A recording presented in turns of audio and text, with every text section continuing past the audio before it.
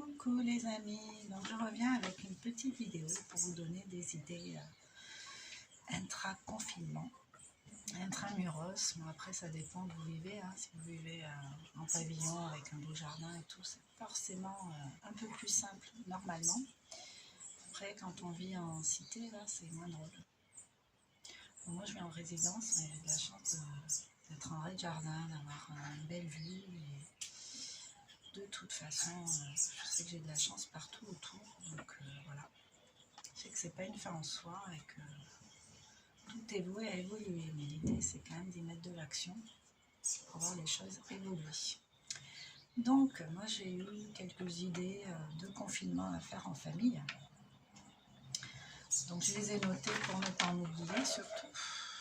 Donc voilà, je vais vous les donner et puis après vous en faites ce que vous voulez. Peut-être que ça peut vous aider en fait. Alors, se lancer des défis. Donc, exemple, chacun fait une tâche et puis à un moment donné, celui qui a fini la tâche en premier va pouvoir choisir le film ou le dessert à réaliser. Et du coup, ça va nous emmener dans encore une autre action à réaliser ensemble.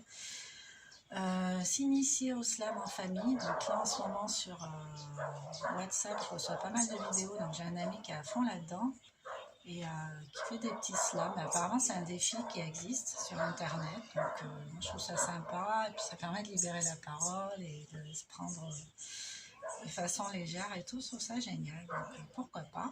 Moi, j'envisage de faire des TikTok avec ma fille. Donc, il faut juste qu'on trouve les bons sujets pour s'amuser toutes les deux. Là encore, ça peut être des moments agréables en famille. Danser, inventer des chorégraphies rapides, des chorégraphies plus lentes. Nous, on utilise Just Dance, l'application,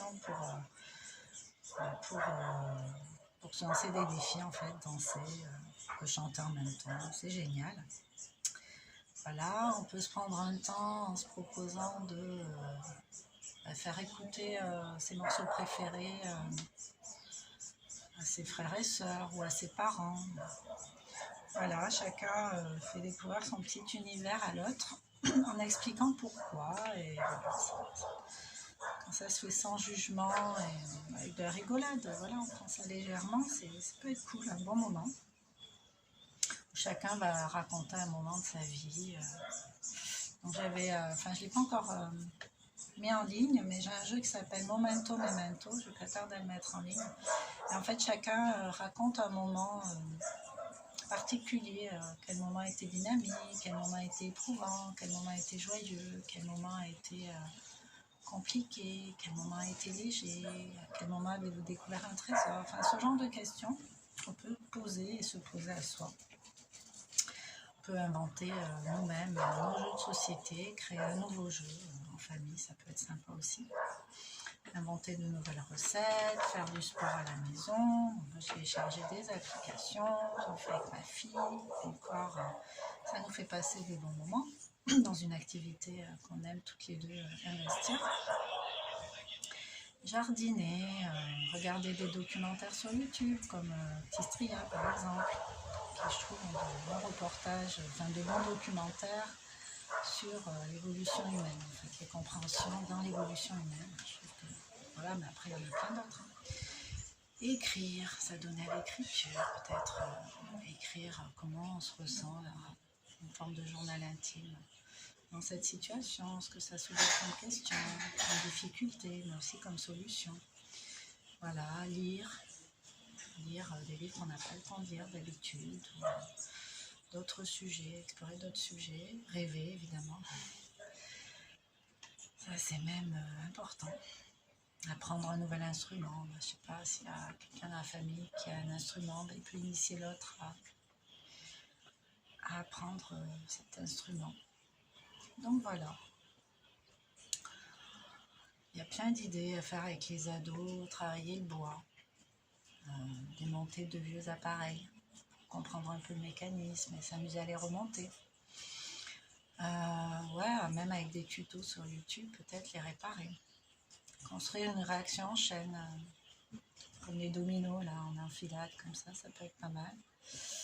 Faire des projets simplement pour l'avenir, ou imaginer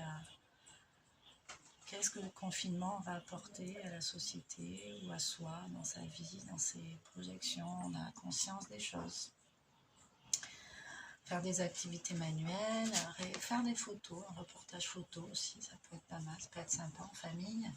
Ou un petit film, un petit court-métrage où chacun va jouer son propre rôle ou le rôle de l'autre, faire des jeux de rôle, ça peut être rigolo aussi. Ou faire des films avec des jouets en fait, des Playmobil, des Barbie. Enfin voilà, il y a vraiment de quoi faire et il y a que l'imagination qui va venir freiner ça. Sinon, il y a vraiment de quoi faire. Donc voilà, je voulais vous partager des petites idées qui m'ont traversé la tête. Je pense qu'il y en a d'autres qui vont venir au fil du temps. Il nous reste encore un mois et demi, donc on a le temps d'explorer plein de choses. Voilà, ben je vous embrasse, je vous souhaite une belle journée et je vous souhaite vous sentir libre dans votre tête, en fait, c'est ça le plus important.